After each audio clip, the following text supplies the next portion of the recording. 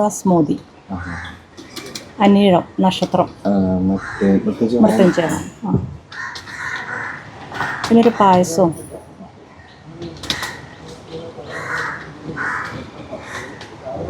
അതും പ്രധാനമന്ത്രിയുടെ പേരിൽ തന്നെ. പ്രധാനമന്ത്രി നരേന്ദ്രമോദിയുടെ ആരോഗ്യത്തിനും ദീർഘായുസ്സിനുമായി കണ്ണൂർ തളാപ്പിലെ സുന്ദരേശ്വര ക്ഷേത്രത്തിൽ BJPയുടെ നേതൃത്വത്തിൽ പ്രത്യേക പൂജ നടത്തി. പാർട്ടി പ്രവർത്തകരും നേതാക്കളും ചടങ്ങിൽ പങ്കെടുത്തു. ഇന്ത്യൻ രാഷ്ട്രീയ ചരിത്രത്തിൽ പുതിയ നാഴികക്കല്ല് കുറിച്ച് പ്രധാനമന്ത്രി മോദി തുടർച്ചയായി പ്രധാനമന്ത്രി പദം വഹിക്കുന്നതിന്റെ റെക്കോർഡ് സ്വന്തമാക്കി. 4397 ദിവസം പ്രധാനമന്ത്രി സ്ഥാനത്ത് പൂർത്തിയാക്കിയ അദ്ദേഹം 13ാം വർഷത്തിലേക്ക് കടന്നു. 2014 മെയ് 26-നാണ് മോദി ആദ്യമായി പ്രധാനമന്ത്രിയായി സത്യപ്രതിജ്ഞ ചെയ്തത്.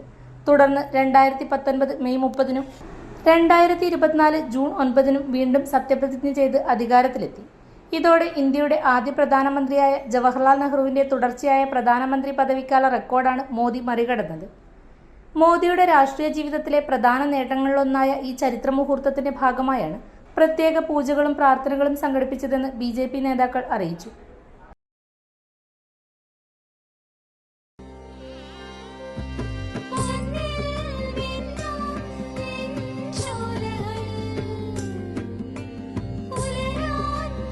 ഇതെനിക്ക് തരുമോ?